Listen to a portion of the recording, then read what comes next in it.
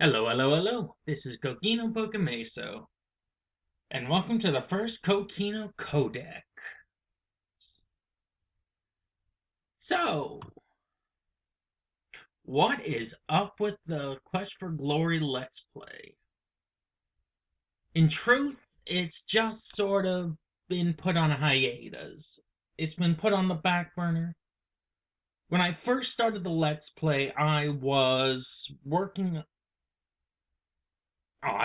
at a factory, just had time on my hands after work, no real homework to say. But almost as soon as I started the Let's Play, I lost my job and I went back to school. When that happened, A, I had less time on my hands, and B, when I got off of school, I was mentally exhausted. And this is not a game to play when you're mentally exhausted. You know what I mean? So, yes, I didn't have as much time as I did before, but more the point, I just wasn't as into it as I was before.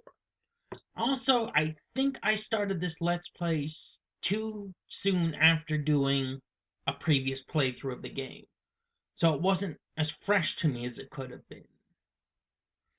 Moreover, for Christmas, I got a computer. What happened is that my dad needed a new computer because his old computer was not up to the task anymore. So he bought a new computer, but instead of using it himself, he gave that computer to me for Christmas, and he took my old computer to use as his own, which was, it's an old computer, but newer than his. So suddenly, I was able to play SimCity. I was able to play Diablo. I was able to play Civilizations 5 without insanely long turn times. So I just had more I could do, and Quest for Glory just fell to the wayside. Well, so if this game is on the hiatus, when I get back to it, and I will get back to it if I continue Let's Playing, I will probably start the series over again, just because it's been so long. So what am I going to do now? The next Let's Play, Neverwinter Nights. Quest for Glory was my first introduction to computer role-playing games.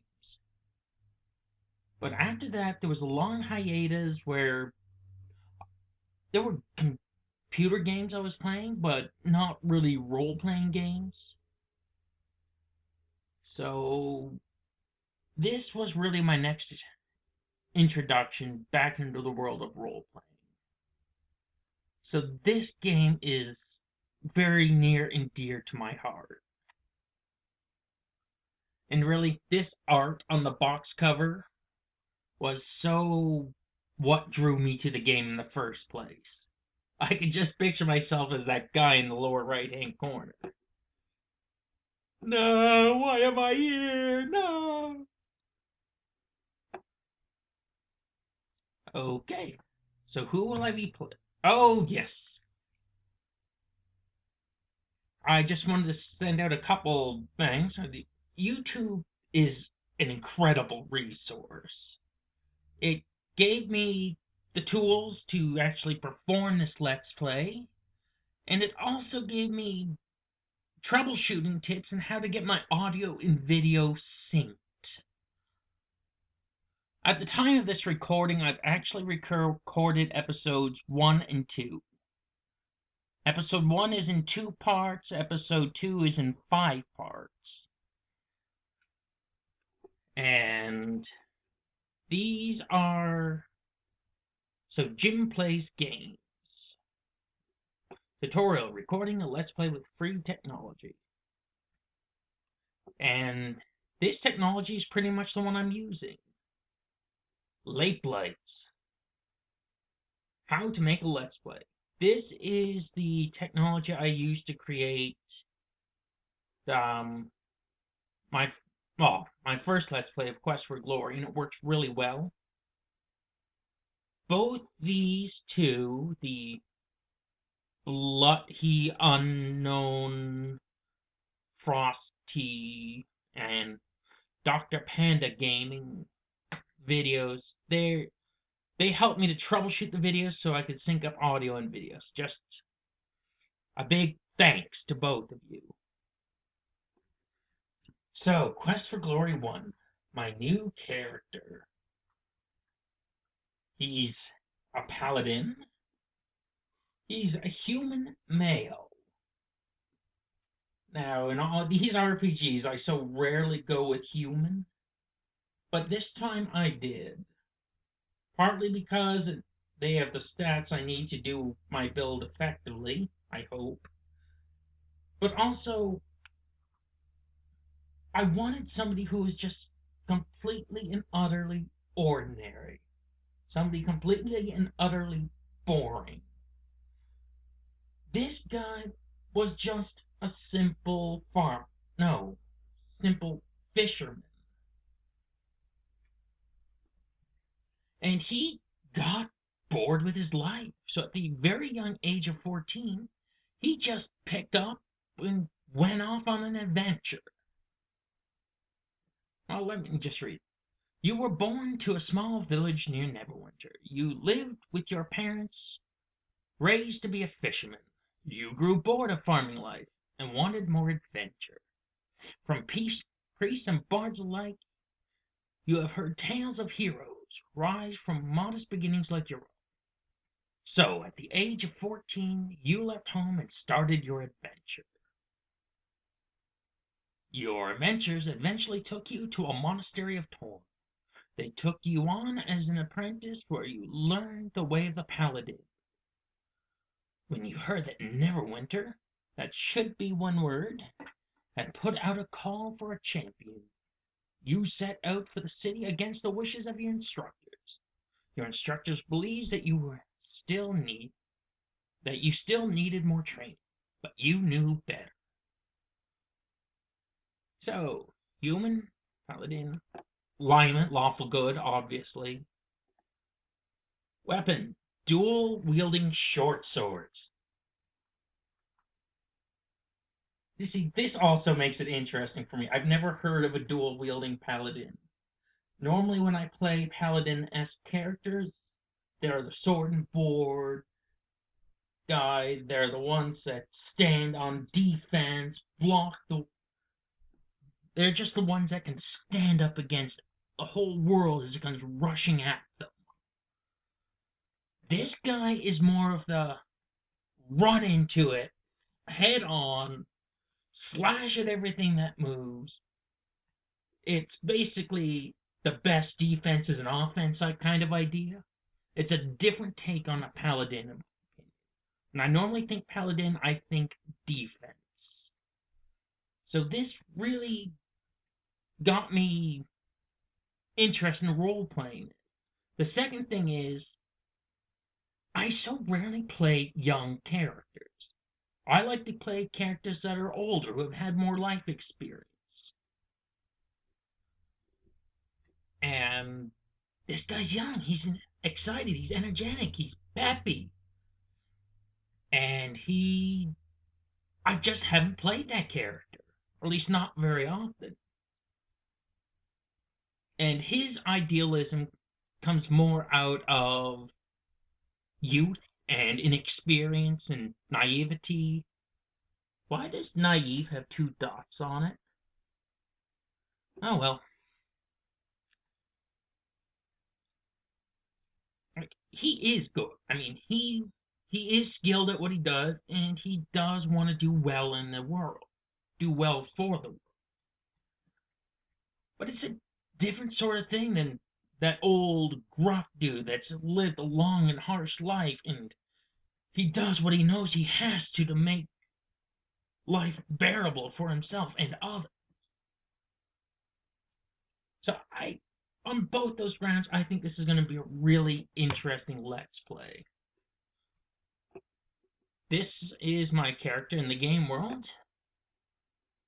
I know the resolution's a bit non-existent. This, in the lower right-hand corner, is a glitch that happens when I try to change the skin and hair tones on my character, or the tattoos. I just put it in there because I thought it looked funny.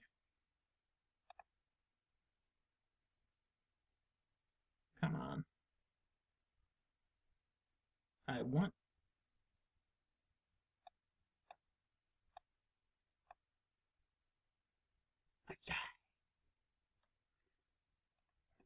Okay, yes. This character was very much inspired by this voice set. Like, I wanted to create a character that would actually match this voice set. Because this voice set is just so over the top and silly and crazy. I wanted to create a character I would buy would actually be like this. You are so gonna feel some wrath. Back to wherever I will overcome. Bring your healing arts unto me. Nauza. I need help here. I see our quarry. There's enemies here. The fight will be won another day. For now, time to fly. Bring it to me. I'll give it right back. Watch my back. Guard it well. Let no one take this spot. Hold here. Yeah. Yeah. I am injured. This is no way to go out.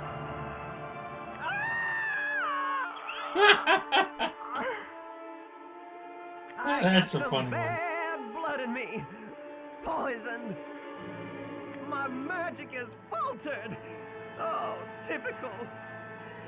My attack is denied? My attack is denied? Follow, my friend. I have seen something. Look here.